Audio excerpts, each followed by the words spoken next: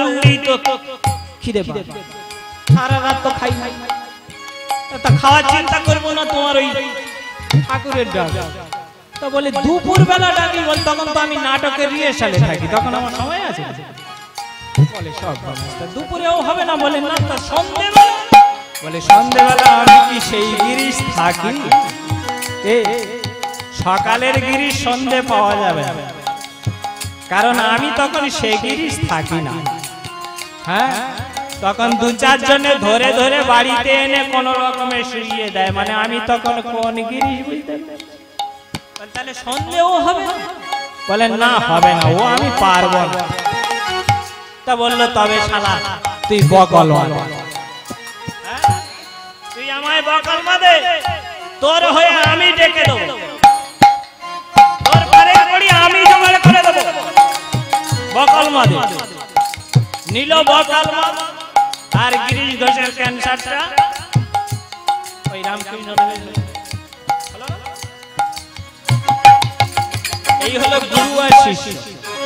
হ্যাঁ, তাহলে 16 আনাই দিতে হবে, 16 আনা না দিলে পারের কর্তা পার করবে না। হ্যাঁ, এখন আপনি ভাবুন, পারে তো আপনাকে যেতে হবে। আপনি আমি যারা যারা এই পৃথিবীতে জন্মেছি তাদের প্রত্যেককে পারে যেতে হবে। এসেছি যখন ভাবে একদিন ফিরে যেতে হবে। আর এই ফিরে যেতে গেলে কি লাগবে? ভগবান বললেন আমার পয়সা কড়ি লাগে না। তুমি ভাবছো যে আমার ব্যাংকে 7 লাখ টাকা আছে, ক পয়সা নেবে? 1 টাকা তোর ব্যাপার না। 16 আনা মানে তো 1 টাকা, আমার 7 লাখ আছে হবে? বলে না না, ও পয়সা কড়ি কাজে লাগে। তাহলে কি লাগে? লাগে শুধু ভক্তির কড়ি, লাগে শুধু ভক্তির কড়ি, বলি লাগে না তো পয়সা কড়ি, লাগে শুধু ভক্তির কড়ি, লাগে না তো পয়সা কড়ি, লাগে শুধু ভক্তির কড়ি। বলি পয়সা কড়ি লাগে না, যেটা লাগে সেটা হলো ভক্তির কড়ি। এখন এই ভক্তি এমন একটা জিনিস যেটা পয়সা দিয়ে কিনে আনা যায় না। আপনার অনেক টাকা থাকতে পারে, তাই বলে আপনি ভক্তি কিনে আনতে পারবেন? বাজারে বিক্রি হয় ভক্তি, তাহলে ভক্তি তো আপনি পাবেন না, কিনতেও পাবেন না, কেউ আপনাকে বেচতেও পাবে। তাহলে ভক্তি পাবো কোথায়? এই ভক্তি হলো ভক্তির সম্পদ, আর কৃপা হলো ভগবানের সম্পদ। ভক্তির যে সম্পদটা আছে সেটা ভগবানের কাছে নেই, আর ভগবানের কাছে যে সম্পদটা আছে সেটা ভক্তের কাছে। ভক্তের সম্পদ হলো কৃপা, এই ভক্তের সম্পদ হলো ভক্তি, আর ভগবানের সম্পদ হলো কৃপা। তাহলে ভক্তি যদি পেতে হয় তাহলে ভগবানের কাছে হাত পাতলে পাওয়া যাবে না, যাবে? কারণ ওটা সম্পদটা ভগবানের নেই। এই নেই বলেই কলিযুগে ভক্ত হয়ে এসেছে, নাকি? না হলে আসার দরকার ছিল। এই নেই বলেই ভগবান কলিযুগে ভক্ত হয়ে এসেছে। তাহলে এটা কার সম্পদ? ভক্তের সম্পদ। এখন এই ভক্তি পেতে গেলে কি হবে, কি করতে হবে? না, যার ভক্তি আছে সে মুক্তি পাবেই। মুক্তির সবথেকে সহজ পথ হলো ভক্তি। এখন এই ভক্তি কার আছে? ভক্তের। এখন এই ভক্তের কৃপা যদি হয়, ভক্ত যদি কৃপা করে তবে ভক্তি হয়, না হলে ভক্তি হয়। আর এই ভক্তের কৃপা পেতে গেলে এই হরি সভায় আসতে হবে। কেন না? এইখানে এই যে সারাদিন ধরে হরি নাম চলবে, ভক্তরা আসবে যাবে, এই ভক্তের পদধূলি পড়ে আছে এই জায়গাটা, তাই না? ওই জন্য শেষের বেলা হুড়োহুড়ি পড়ে যায় এই ধুলোটা মাখার জন্য।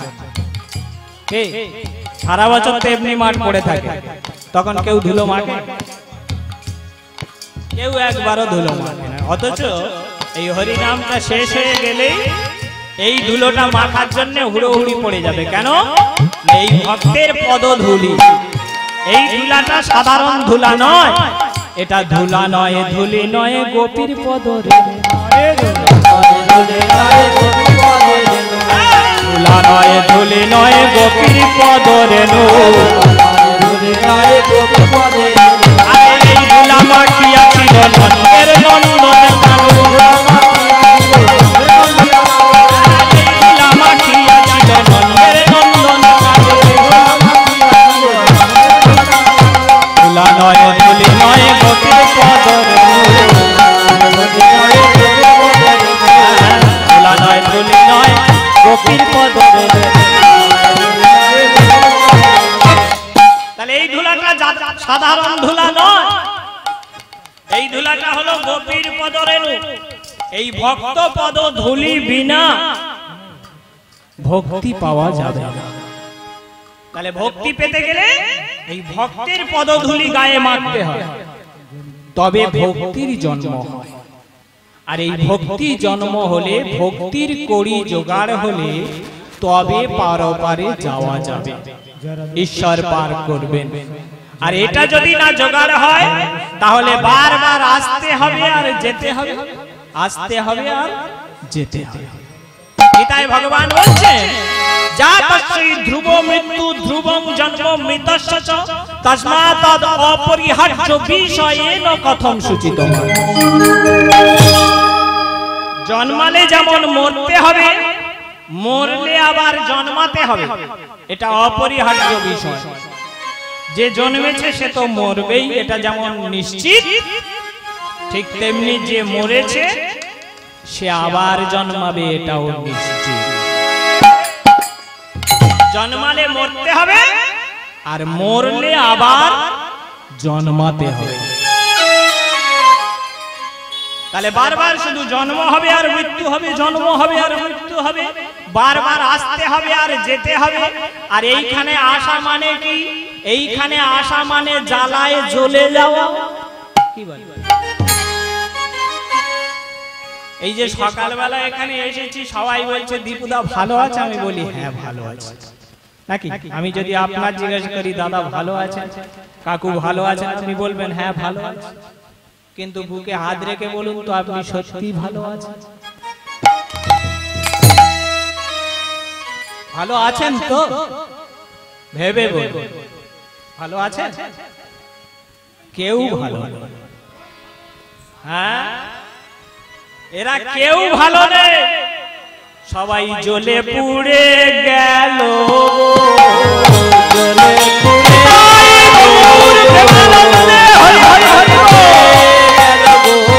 সবাই জ্বলে পুড়ে গেল, পুড়ে গেল ত্রিতাবে জ্বালায়, জ্বলে জ্বলে জ্বলে পুড়ে গেল গো।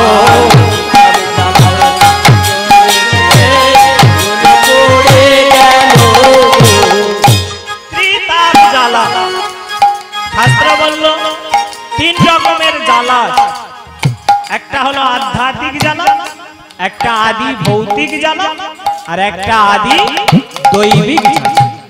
এই তিন রকমের জ্বালায় জগতের সমস্ত জীব জ্বলে পুড়ে খাক হয়ে গেল। অথচ বাইরে কেউ জিজ্ঞাসা করলে বলি হ্যাঁ ভালো আছে। এরা কেউ ভালো ভালো থাকতে পারে না, এটা ভালো থাকার জায়গা নয়। কি বল?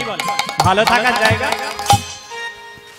আপনি আপনার সারা জীবনটা বিচার করে দেখুন, সেই ছোটবেলায় যখন থেকে আপনার জ্ঞান হয়েছে তখন থেকে আজ পর্যন্ত আপনি কতটা সুখ পেয়েছেন আর কতটা দুঃখ পেয়েছেন।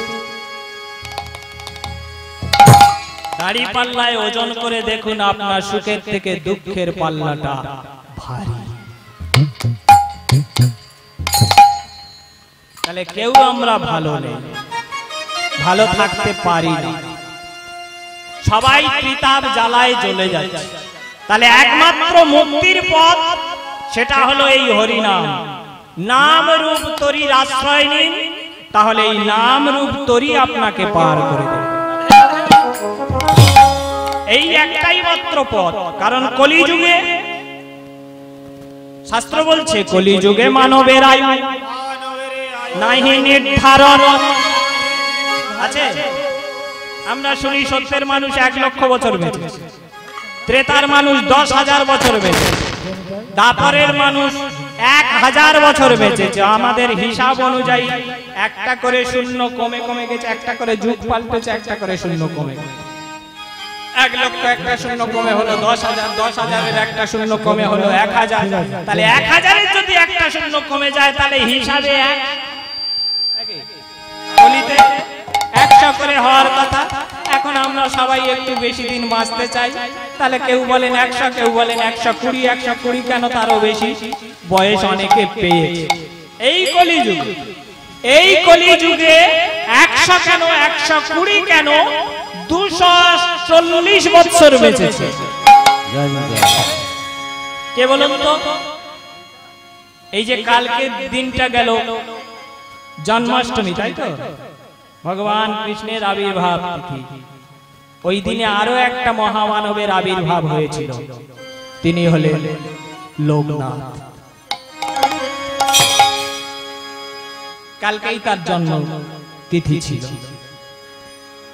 উনি 240 বছর বেঁচেছে। তাহলে বারে না নয়, বারে তবে সবার নয়। তাহলে হিসাবে তো 100 হওয়ার কথা, কিন্তু এই 100 তাই হিসাবে পাওয়া যায় না। পাওয়া যাচ্ছে, বাঁচছে এখন লোক আর 100 বাঁচছে?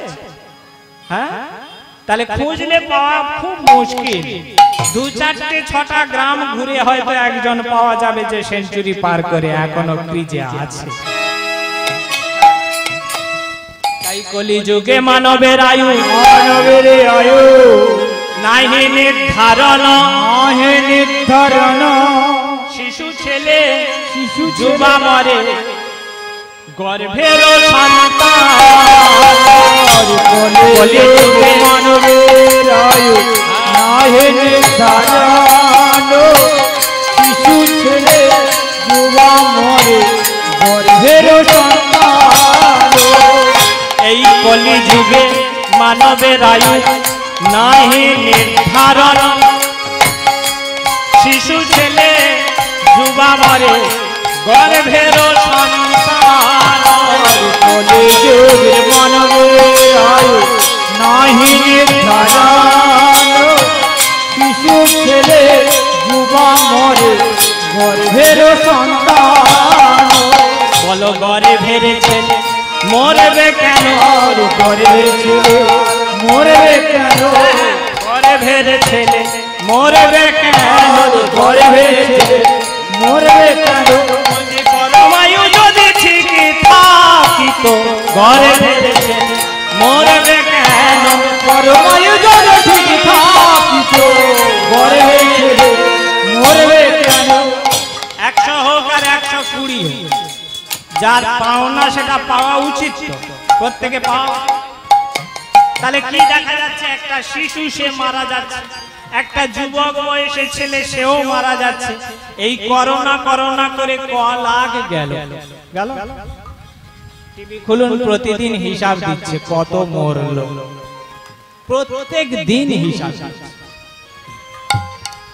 তাহলে এই যে চলে যাচ্ছে, একটা শিশু যাচ্ছে, একটা যুবক যাচ্ছে, এমন কি যে এখনো মাতৃগর্ভ থেকে পৃথিবীর আলো দেখেনি, তার আগে কজন আর ছুটি হয়ে যাচ্ছে।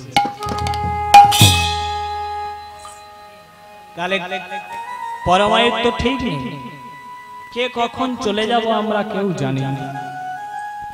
একটা কথা নিশ্চিত যে যেতে সবাইকে হবে। সে আগে যাই আর পরে যাই, যেতে তো হবে। আর যেতে যখন হবে তখন আমাদের প্রত্যেকের পারের কড়ি জোগাড় করে নিয়ে যাওয়া উচিত।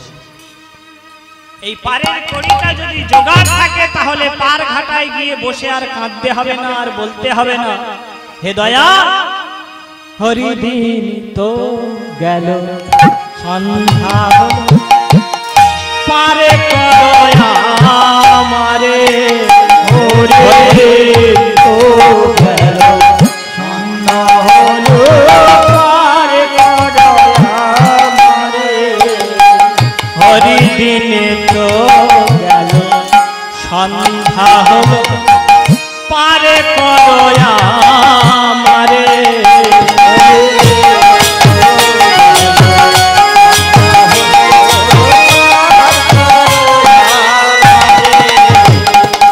তুমি পারের কর্তা পেয়ে বার্তা তাই ডাকি তো মারে তুমি পারের কর্তা পেয়ে বার্তা তাই ডাকি তো মারে তুমি পারের কর্তা পেয়ে বার্তা তাই ডাকি তো মারে তুমি পারের কর্তা পেয়ে বার্তা তাই ডাকি তো মারে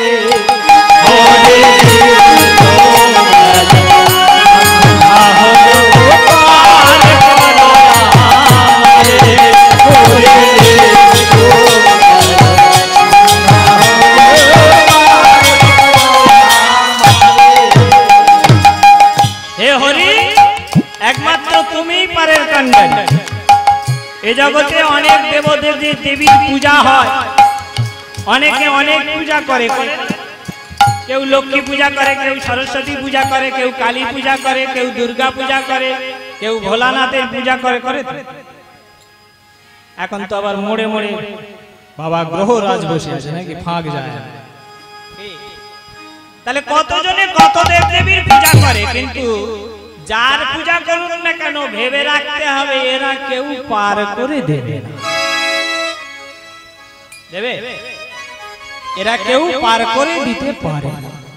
পারের কর্তা ওই একজন যিনি যুগ যুগ ধরে পার করে আসছে, সে সত্য হোক, ত্রেতা হোক, দাপর হোক বা কলি, পারের কর্তা ওই একজন। তাহলে যতই কালী পূজা করো, লক্ষ্মী পূজা, সরস্বতী পূজা, শনি পূজা, মনসা পূজা, শীতলা পূজা, কোনোটাই বাদ দিই না, আমরা সবগুলোই করি।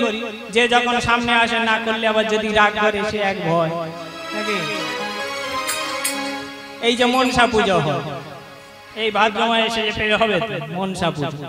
এখন মনসা পুজোর লোকে যতটা না ভক্তি করে করে তার থেকে বেশি ভয়ে পড়ে। কি বলে ভয় না, বলে ও কাঁচা খেকো দেবতা, ওকে না সন্তুষ্ট করলে মুশকিল আছে। হ্যাঁ, তাহলে ভক্তিতে না হোক ভয়ে পড়ে করতে হবে। তো যে পুজোই আপনি করুন না কেন এরা কেউ পার করে দেবে না, দেবে তাহলে দেবে কে? ওই একজন। তাই গোড়াটাকে ধরতে হবে। তাই শাস্ত্রকার বলছেন তুমি পারের কর্তা, আর কেউ না। আর কেউ আছে? কেউ পার করবে না।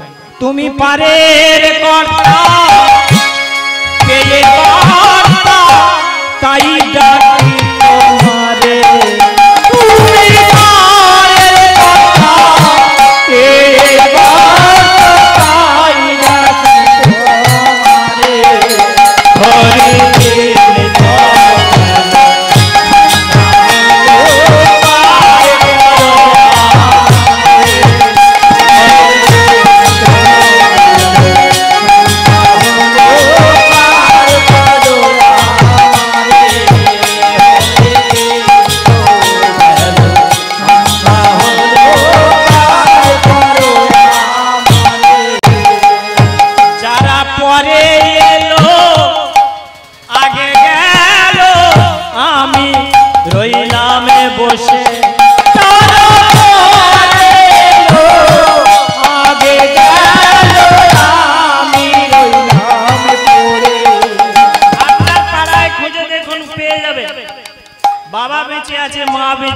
ছেলে চলে গেছে, মেয়ে চলে গেছে, তারা তো পরে এলো, তাদের তো পরে যাবার কথা, অথচ তারা আগে চলে গেল। আমি ঠিক বসে আছি, যারা পরে এলো আগে গেল, আমি রইলাম বসে।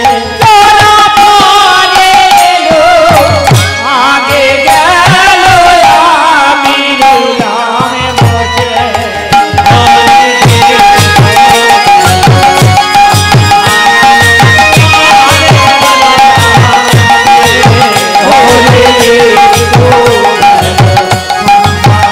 Oh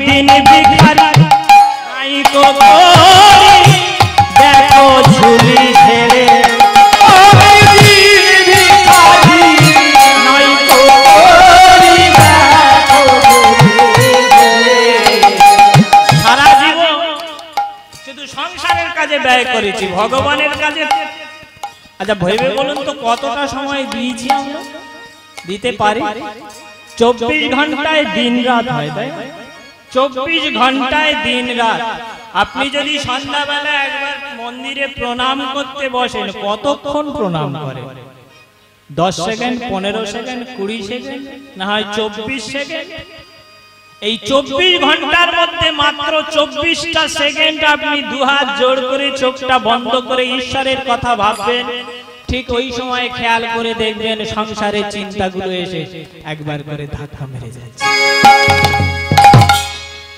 মাত্র 24টা সেকেন্ড আপনি ভগবানের চরণে দেবেন বলে স্থির করেছেন সেটাও নিরঙ্কুশ দিতে পারি না তাহলে পারের করি কি করে জোগাড় হবে তাই কাঁদতে হবে আর বলতে হবে আমি দিনে ভিখারি নাই কো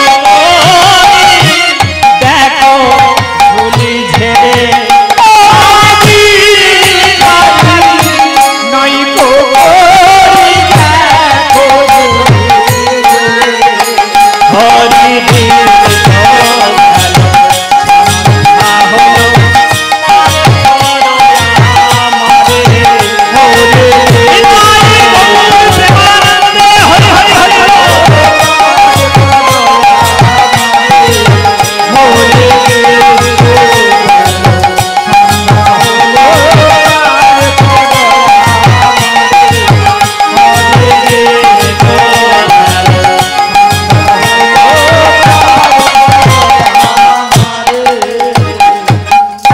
তাহলে যদি পার ঘাটায় গিয়ে বসে না থাকতে হয় পারের জন্য ভগবানের কাছে যদি কাঁদতে না হয় তাহলে কড়ি জোগাড় করতে আর এই কড়িটা এই বাজারে কিনতে পাওয়া যায় এমন কড়ি হলে হবে হবে তাহলে কি কড়ি দরকার যে কড়িটা দরকার সেটা হলো ভক্তির কড়ি আর এই ভক্তির কড়ি জোগাড় করতে গেলে আপনাকে হরিনাম তলায় আসতে হবে হ্যাঁ এই একটা জায়গায় আপনি যা যা করছেন তার একজন সাক্ষী আছে এই যে একটা সাক্ষী বসানো আছে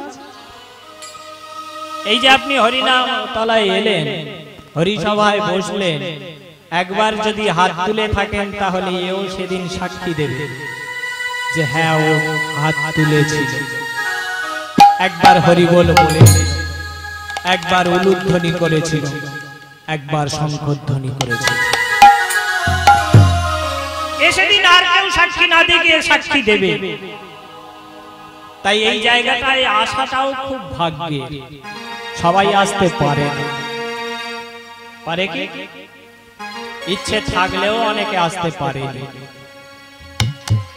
অনেকে দূরে দূরে বসে বসে শুনছে অনেকে মাইকে আওয়াজ যাচ্ছে সেখান থেকেও শুনছে কিন্তু আশাটা সবার ভাগ্যে হয় না কারণ এই জায়গাটা বসারও একটা যোগ্যতা লাগে গুরু কৃপা না হলে সাধু গুরু বৈষ্ণবের কৃপা না হলে এই জায়গায় এসে বসাও যায় না কারণ এই জায়গাটা সাধারণ জায়গা নয় ভাগবত বলছে এই জায়গাটা হলো রাজা পরীক্ষিতের জায়গা তাই না যে জায়গায় বসে রাজা পরীক্ষিত এই ভগবানের কথা শুনেছিলেন বক্তা ছিল কে সুখদেব গোস্বামী তাই না তো আমি তো আর সুখদেব নই বাবা আমি নই সুখদেব আর কি সুখ তোমায় দেব আমি সুখদেব নই কিন্তু আপনারা যে সবাই পরীক্ষিত কি আর দেব কি আর বলবো নতুন করে বলার আর জানানোর কি আছে নয় নয় করে 23-24 বছর হয়ে গেল নাকি হ্যাঁ 24 বছর তো বটে তাই 24 বছর এই একটা আসরে আপনাদের এই অধম প্রতি বছরই একবার দুবার তিনবার করে আসে তো নতুন আর কি শোনাবো তবু ঠিক করেছি একটা ভক্ত জীবনী শোনাবো কারণ ভক্ত জীবনীগুলো শোনা খুব দরকার কারণ আপনি যদি ভক্ত হতে চান তাহলে ভক্তের জীবনী জানতে হবে। ভক্তের জীবনী না জানলে কোন ভক্ত কিভাবে ভগবানকে পেয়েছিল, তার জন্য কি কষ্ট করেছিল, কি করেনি, এইগুলো না জানলে আপনি ভক্তির পথে আগাতে পারবেন না। হ্যাঁ, তাই ভক্ত জীবনে একটা শোনাবো ঠিক করেছি। তার আগে যে কথাটা বলছিলাম, এই ভক্তির কড়িটা যদি জোগাড় হয় তবে পার হওয়া যাবে, আর এই ভক্তির কড়িটা কেউ কাউকে জোগাড় করে দেবে না। প্রত্যেকের নিজের নিজের জোগাড় করে নিতে হবে। কারণ আমরা সবাই যখন এসেছি ভবে একা এসেছি, আবার যেদিন চলে যাব একাই চলে যাব, কেউ সঙ্গে যাবে। এই গাড়ি বাড়ি সোনা দানা বিষয় সম্পত্তি যা কিছু আছে সব পড়ে থাকবে, কিছুই সঙ্গে যাবে না। যাবে কোনটা? যাবে একমাত্র কর্মফল। আপনি যদি পৃথিবীতে এসে কোনো সৎকর্ম করেন তাহলে সেই শুভ ফলটা আপনি পাবেন, আর যদি অসৎ কর্ম করেন তাহলে তার অশুভ ফলটাও আপনি পাবেন।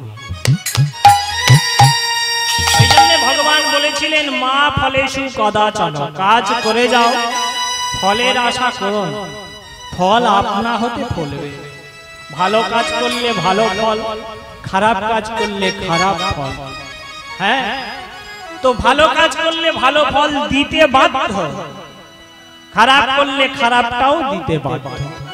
আমি আমরা গাছের চারা পুঁতে যদি আম খাবো বলি হবে? হবে না। তাই এই কর্ম অনুযায়ী ফল, এই কর্ম ফলটাই সঙ্গে যাবে, সেটাই আপনার পথের পাথেয়, যে পাথেয় দিয়ে আপনি পরপারে যেতে পারবেন। তাই আমি বলি কি মা, সবাই মিলে একটু হাতে তালি দিন আর মুখে কটা কথা বলুন, হয়ে যাবে? হবে? হোক, একটু হাতে তালি দিয়ে হোক সকালবেলা। এমনিতে তো সুযোগ পাই না, এই আপনাদের দয়ায়, আপনাদের আশীর্বাদে, এই আপনাদের সঙ্গে আমাদেরও একটু হোক, সবাই মিলে হোক।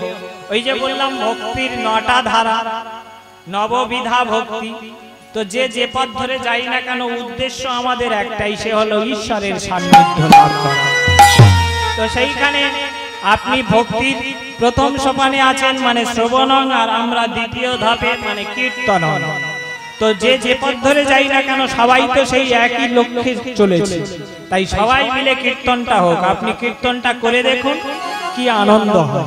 আছে হরি নামে আনন্দ আছে, হরি নামে কি আনন্দ ডুবলে জানা যায়, হরি নামে কি আনন্দ ডুবলে জানা যায়, হরি নামে কি আনন্দ ডুবলে জানা যায়, হরি নামে কি আনন্দ ডুবলে জানা যায়।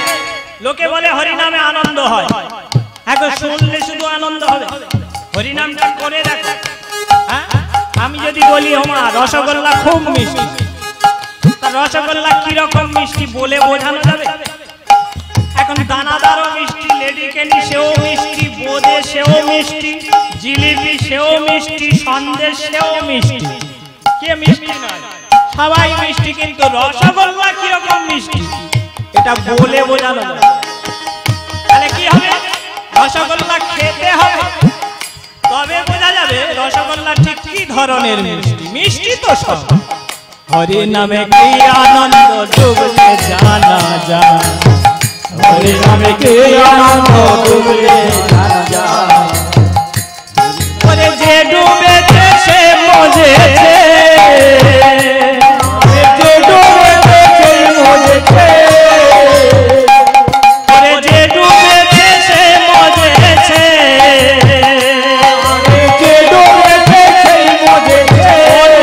জানা বড় দান, হরি নামে কি আনন্দ ডুবলে জানা যায়, হরি নামে কি আনন্দ ডুবলে জানা যায়, কি আনন্দ ডুবলে জানা যায়, হরি নামে কি আনন্দ ডুবলে জানা যায়। তাহলে যারা ডুবেছে তারা বুঝেছে এর ভিতরে কি আছে, নাকি? এখন যে মালা জপে সে জানে মালার ভিতরে কি। আর আমরা যারা জপি না আমরা কি বুঝবো, আমরা শুধু খালি দেখি মাঝে মাঝে নাড়া দেয় আর ওই বিটির বিটির করে। তাহলে ওর ভিতরে কি আছে সে যাই করে সেই জানে। তাহলে আপনি যদি হরিনাম করেন তবে তো বুঝবেন হরিনামে কি আনন্দ, না যদি করি কি বুঝবেন। এই নামে এনেছিল গৌরার নেতা,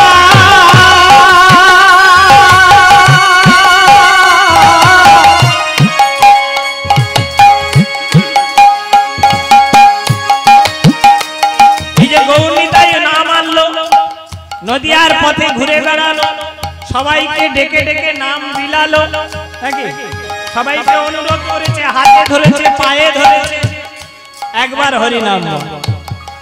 এই নামে এনেছিল গৌরার নেতা,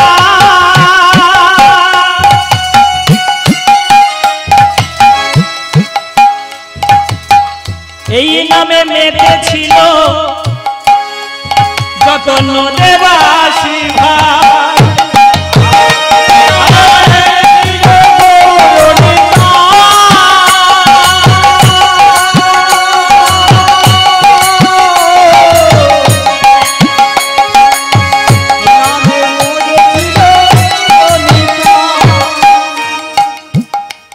তারা নেচে নেচে বাহু তুলে, নেচে নেচে যাবে একবার তুলুন দেখি কিরম দেখায়। নেচে নেচে বাহু তুলে হরি নাম দিলাই জিবে,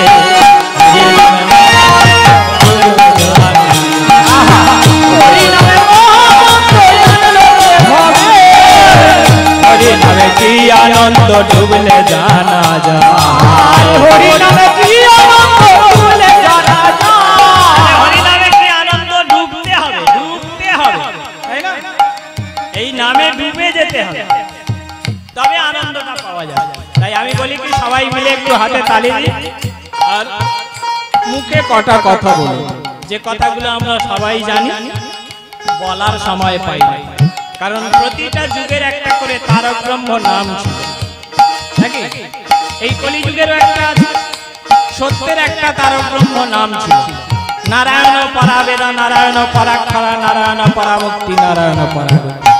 সত্য যুগ চলে গেল, এলো ত্রেতা যুগ, তারও একটা তারক ব্রহ্ম নাম ছিল রাম, নারায়ণ, অনন্ত, মুকুন্দ, মধুসূদন, কৃষ্ণ, কেশব, কংসারে, হরে, বৈকুণ্ঠ, বামন।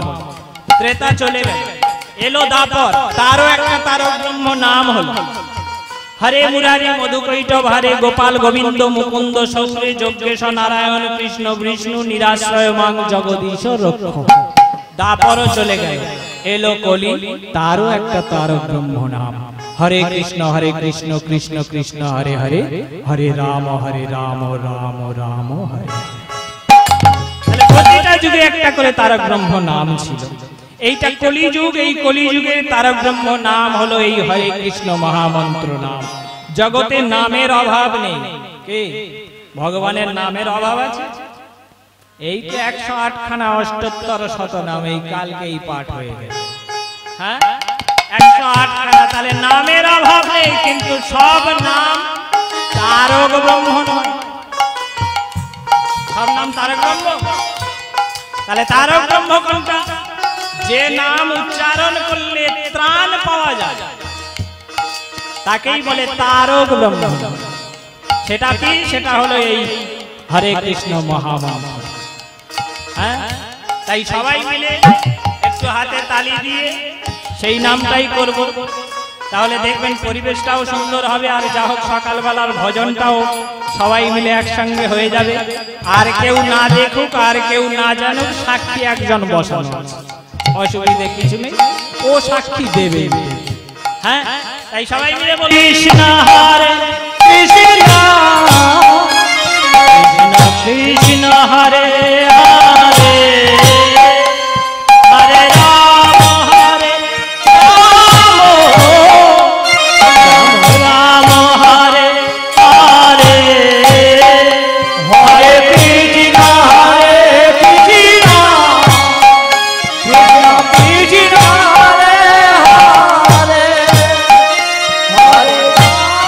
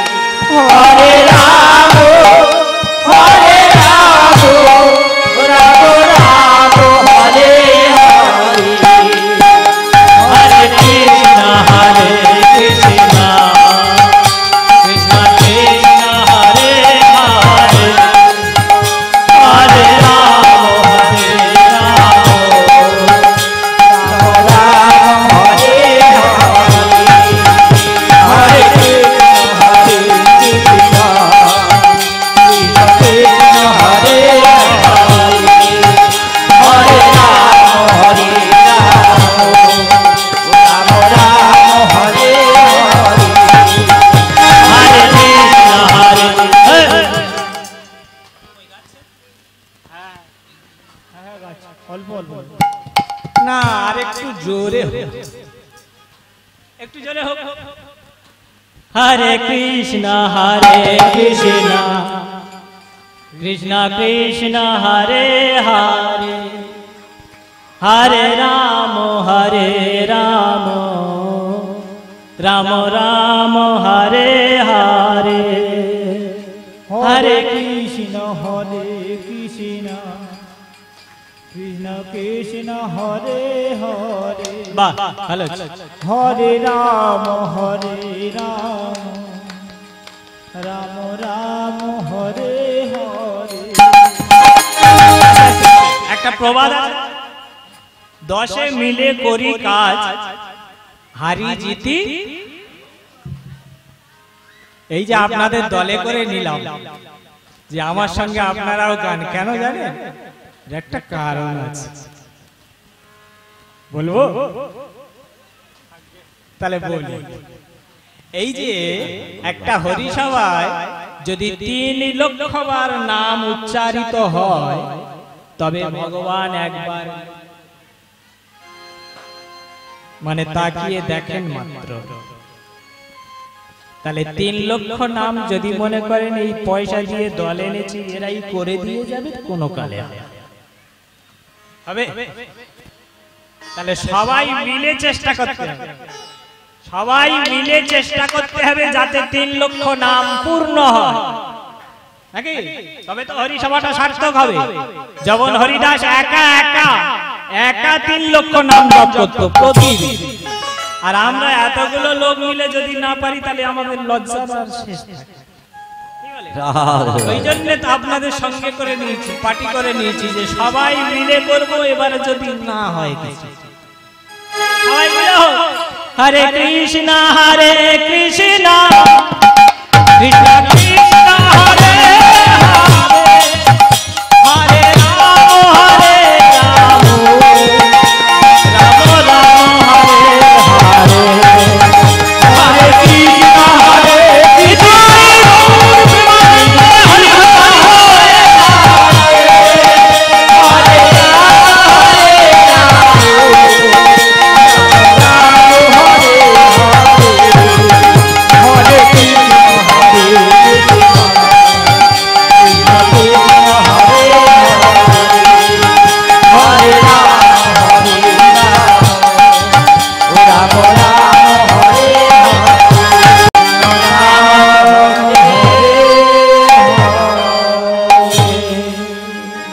ওগো নারীর শোভা তার প্রতি যেমন, চাঁদের শোভা তারা, নারীর শোভা তার প্রতি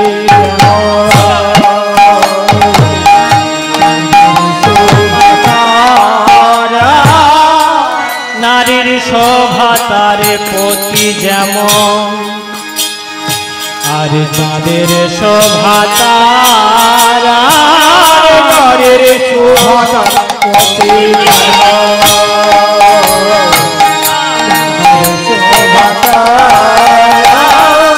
হরিবাসরে শোভা হলো, হরিবাসরে শোভা হলো, নদিয়ার চাঁদ গোরা, হরিবাসরের শোভা হলো, হরিবাসরের শোভা হলো, নদিয়ার চাঁদ গোরা, নদিয়ার চাঁদ গোরা রে, নদিয়ার চাঁদ গোরা রে, নদিয়ার চাঁদ গোরা রে, নদিয়ার চাঁদ গোরা রে, হরিবাসরের শোভা হলো, হরিবাসরের শোভা হলো, নদিয়ার চাঁদ গোরা, আরে হরিবাসরের শোভা হলো, হরিবাসরের শোভা হলো,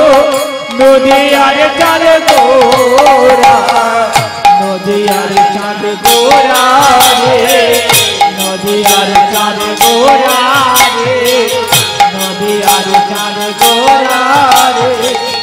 হরি বছরের সভা হলো, হরি বছরের শোভা হলো, রোদে আরে চাঁদে গোরা। নারীর শোভা তার প্রতি যেমন, চাঁদের শোভা তারা, হরিবাসরের শোভা হলো নদী আর চাঁদ গোরা। কারণ এই গোরাকে বাদ দিয়ে কীর্তন করা যায় না, কারণ সেই হলো এই কীর্তনের পিতা, সেই হলো এই কীর্তনের স্রষ্টা, তিনিই সৃষ্টি করেছেন এই কীর্তন, তো তাকে বাদ দিয়ে কীর্তন করা যায় না। এই গৌরহরি কবে এলেন আমরা জানি 892 বঙ্গাব্দের 23শে ফাল্গুন, 1407 শকাব্দ, 1486 খ্রিস্টাব্দের 18ই ফেব্রুয়ারি, দিনটা ছিল শনিবার। সেদিন আকাশে হয়েছিল চন্দ্রগ্রহণ, নদিয়াবাসীরা করেছিল নাম গ্রহণ। এমতো সময়ে নব বসন্তে হরিনাম মুখরিত দিবসে কলিযুগ পাবনাবতরী শ্রী শ্রী গৌর সুন্দর শচী গর্ভ সিন্ধু হইতে ধরাতলে আবির্ভূত হয়েছে।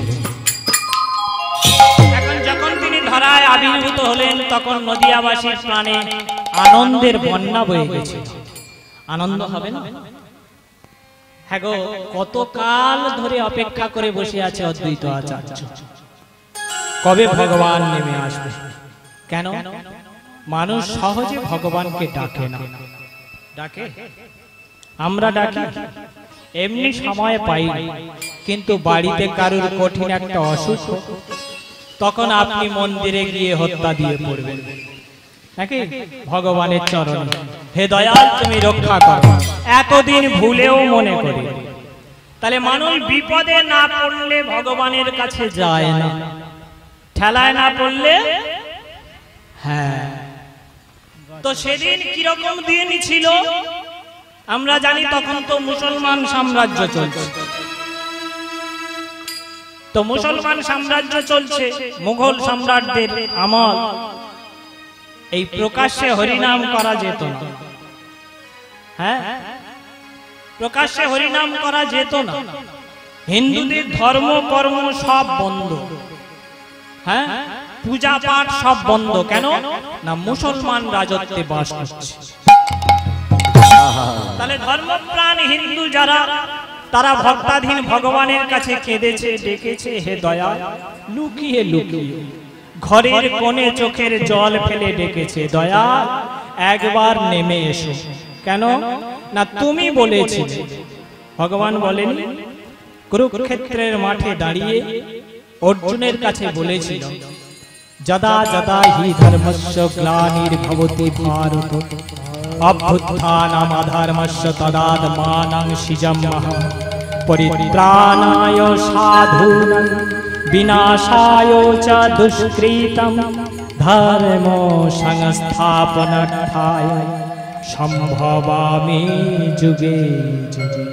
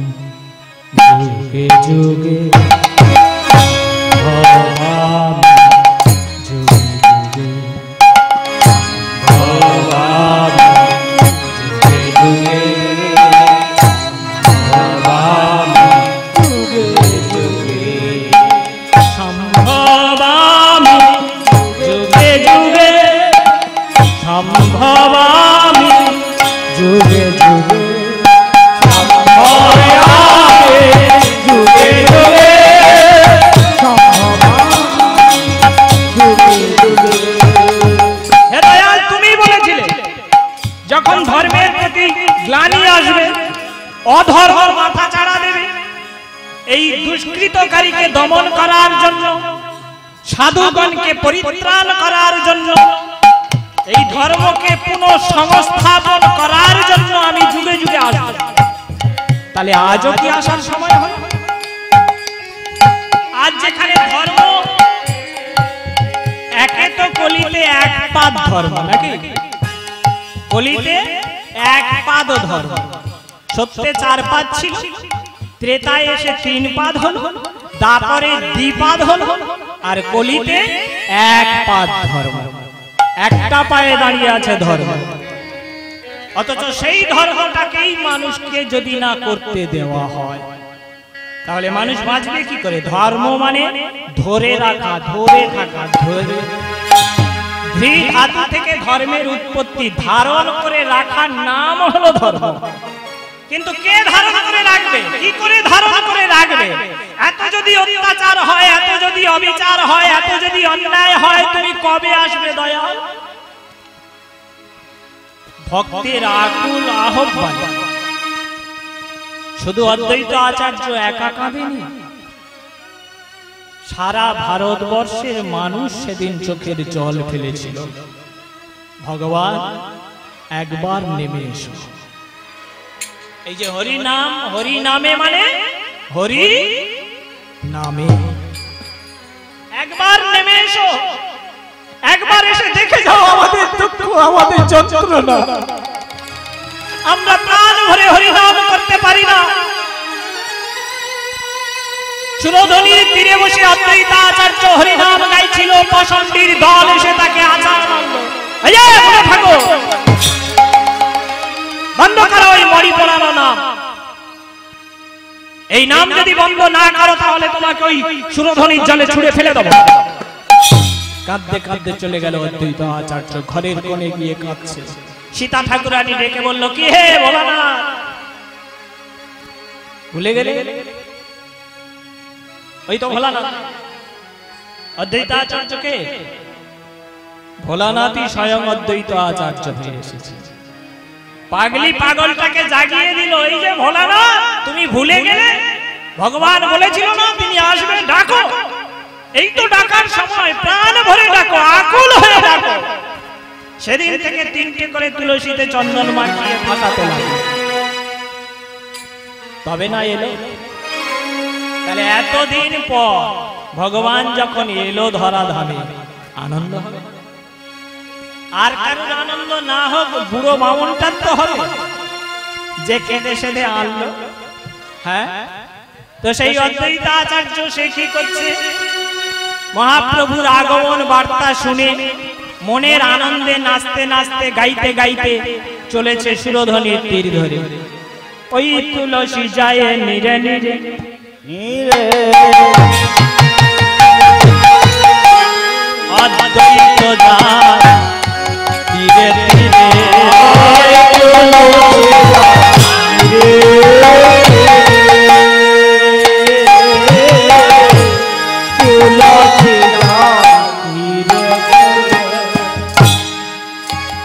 শুনে বল, শুনে বল, শুনে বল। তুলসী যায় নিরে নিরে। তুলসী যখন ভাসিয়েছিল, নিরে মানে জল। তুলসী যায় নিরে নিরে, জলে ভাসতে ভাসতে যাচ্ছে। আর অদ্বৈত যায় তীরে তীরে, মানে সুরধনি তীর ধরে চলেছে। তখন যখন তুলসীটা ভাসিয়েছিল, যেদিন উজান বাহিনী হয়েছিল সেই দিন গেছে। কেন? দেখে এসেছিল তুলসীটার গন্তব্য কোথায়, যায় কোথায়, কোথায় গিয়ে পৌঁছায়। গিয়ে কি দেখলো? দেখলো নদিয়ার ঘাটে সবাই, সেদিন গঙ্গা স্নানের দিন ছিল, সবাই গঙ্গা স্নানে গেছে, মা শচী দেবীও গেছে। তো ওই তুলসীটা ভাসতে ভাসতে এসে শচী দেবীকে প্রদক্ষিণ করে শচী দেবীর হাতে উঠেছে। হ্যাঁ, এই যে হাতে উঠেছিল তুলসীটার অপূর্ব জ্যোতি। এখন জ্যোতি হবে, এই যে ভগবান যদি এইখানে এসে একবার সশরীরে দাঁড়ান, আমরা তার দিকে তাকাতে পারবো? ভরসা আছে মনে? তাকাতে পারবেন? কি অপূর্ব জ্যোতিটা, যার প্রতিটি লোমকূপে একটা একটা গোটা বিশ্ব লুকিয়ে আছে। তাহলে তার জ্যোতি কত? এই যে আকাশে বিদ্যুৎ চমকায়, আকাশে যখন বিদ্যুৎ চমকায় আলো হয়ে যায় না আকাশ? আচ্ছা, ওই আলোর দিকে তাকিয়ে থাকা যায়? তাহলে বিদ্যুতের যদি এত জ্যোতি হয়, তাহলে ভগবানের জ্যোতি কত? তার দিকে তাকানো যাবে? আমরা তো এক একটা টুনি বাল, আর সে কয়েক লক্ষ ভোল্টেজ নিয়ে যদি এসে হাজির হয় তো হবে।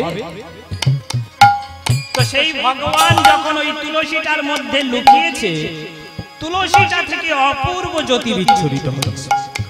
এই তুলসীটার জ্যোতি দেখে মা সচী দেবী পান করেছিল, কারণ তুলসী অনেক দেখেছে, কিন্তু এই তুলসীর মতো এত জ্যোতি তুলসী জ্যোতি হওয়ার তো কারণ আছে, ওর ভিতরে স্বয়ং ভগবান লুকিয়েছে, তাই তুলসীটার অপূর্ব জ্যোতি। সেই দিন অদ্বৈতাচার্য দেখলো ওই তুলসীটা পান করার পর সচী দেবীর গায়ে থেকে জ্যোতি বের হয়েছে। ওই দৃশ্যটা দেখে অদ্বৈত ফিরে এসেছে, আর শুধু বসে বসে দিন গুনে যাচ্ছিল কবে সেই শুভ দিনটা আসবে। হ্যাঁ, কিন্তু মুশকিল কি জানেন, যদ ভাবি তদ অভাবী, ভাবি চেতন তদান্যথা। আমরা যেটা ভাবি বাস্তবে সেটা হয় না, হয় যেটা ভাবি না সেটা। আপনি অনেক ভেবে রেখেছেন এই টাকাটা এই খাতে খরচ করব, ওই টাকাটা ওই খাতে, ওইটা ওই দেনা দেবো, ওইটা ওই ইট কিনবো, বালি কিনবো। মাঝখান থেকে এমন কাণ্ড বেঁধে গেল, সে কোথায় করে হরিবোল হয়ে গেল আর খুঁজে পেল। আমরা যেটা ভাবি সেটা হয় না, আর যেটা হয় সেটা ভাবি না। কেন? শাস্ত্র বলছে আত্মেন্দ্রিয় প্রীতি বাঞ্ছা, যেটা আত্মেন্দ্রিয় মানে নিজের জন্য কোন বাঞ্ছা আমরা যদি করি সেটা হয় কাম, আর কৃষ্ণেন্দ্রিয় প্রীতি ইচ্ছা ধরে প্রেম নাম। আপন ইচ্ছায় জীবী কোটি বাঞ্ছা করে, কোটি বাঞ্ছা করে, কৃষ্ণ ইচ্ছা না হইলে, কৃষ্ণ ইচ্ছা না হইলে জীবের কোনো বাঞ্ছা নাহি পুরে। আরে কোনো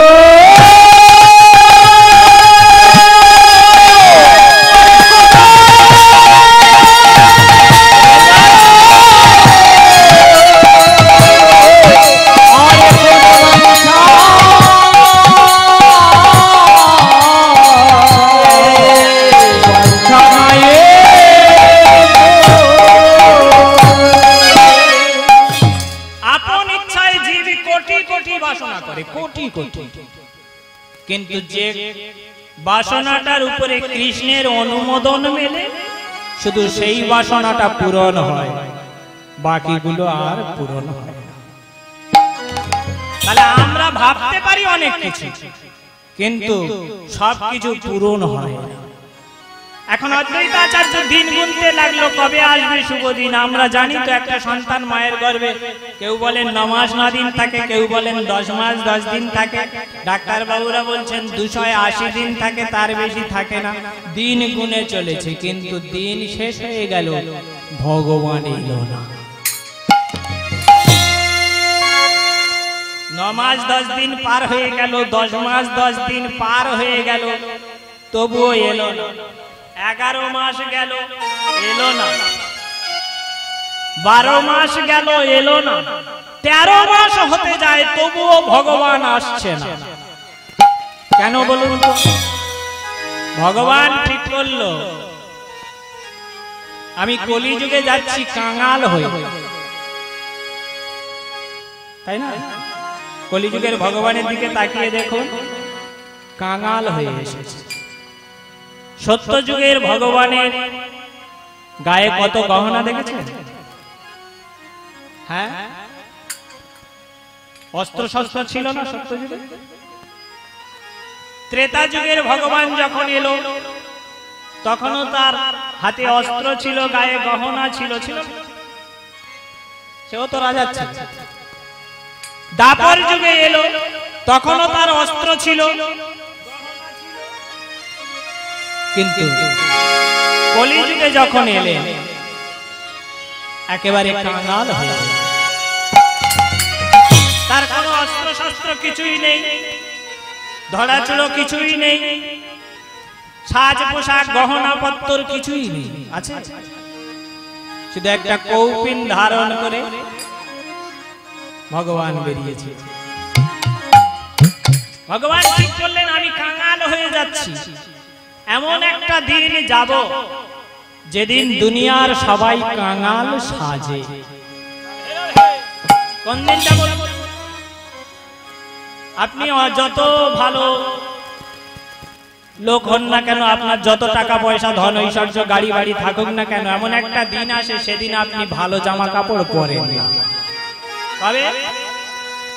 দোল পূর্ণিমা। কারণ আপনি জানেন আজকের ভালো জামা কাপড় পরে বাইরে বেরোনো মানে ও জামাটা বাতিল। কারণ বাইরে বের হলে রং গায়ে। তাই আপনি খুঁজে খুঁজে দেখবেন যে জামাটা অনেকদিন পরে আছে, গায়ে দেওয়া হয়নি, একটু ছিঁড়ে গেছে, হালকা নোংরা হয়ে আছে, ছেঁড়া ফাটা ফুটো, সেই সমস্ত জামা কাপড়গুলো পরে আপনি ওই দিনটা বের হবেন। কারণ যা হয় ওর উপর থেকে হয়ে যায়। তাহলে আপনার থাকলেও আপনি কাঙাল সেজে বের হবেন। ভগবান ঠিক করলো যেদিন সবাই কাঙাল সেজে বের হবে সেদিন আমি কাঙালের ঠাকুর, আমিও কাঙাল হয়ে যাব। তাই ওই দিনটা বেছে নিলেন। কোন দিন? যেদিন আকাশে হলো চন্দ্রগ্রহণ, এদিকে দোল পূর্ণিমার দিন দোল হলো, আর নদিয়াবাসী সবাই হরিনাম করলো। কেন? ওই যে ঠেলায় পড়লে মানুষ তবে হরিনাম করে, তাই না? এই যে কবছর আগে আমরা দেখেছিলাম দিনের বেলা তারা দেখা গেছিল, মনে আছে? একটা সূর্যগ্রহণ হয়েছিল দিনের বেলা, আমরা তারা দেখেছিলাম। হাঁসগুলো ডাকতে ডাকতে সব ঘরে উঠে আসছিল, প্রত্যেকের উঠোনে কি সুন্দর